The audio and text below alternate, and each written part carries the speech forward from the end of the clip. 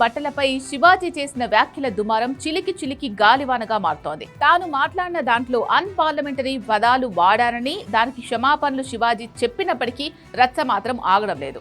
శివాజీని target చేసిన అనసూయ, మీరెవరు మహిళలు ఈ బట్టలు వేసుకోవాలని చెప్పడానికి అంటూ నిలదీశారు.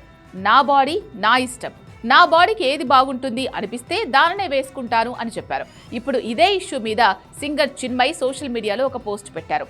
చీరలో ఉన్న ఒక అమ్మాయిని బస్సులో ఒక అంకుల్ ఇబ్బంది పెడుతున్న పాత వీడియోను పోస్ట్ చేశారు. చీర కట్టుకుంటే గౌరవం వస్తుంది, భద్రత ఉంటుంది అన్నారు. ఏది భద్రత అంటూ చీర కామెంట్స్ ను తిప్పికొట్టారు.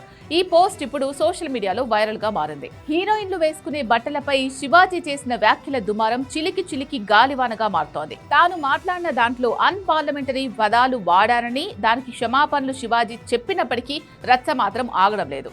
శివాజీని టార్గెట్ చేసిన అనసూయ, మీరెవరు మహిళలు ఈ బట్టలు వేసుకోవాలని చెప్పడానికి అంటూ నిలదీశారు. నా బాడీ నా ఇష్టం, నా బాడీకి ఏది బాగుంటుంది అనిపిస్తే దానినే వేసుకుంటాను అని చెప్పారు.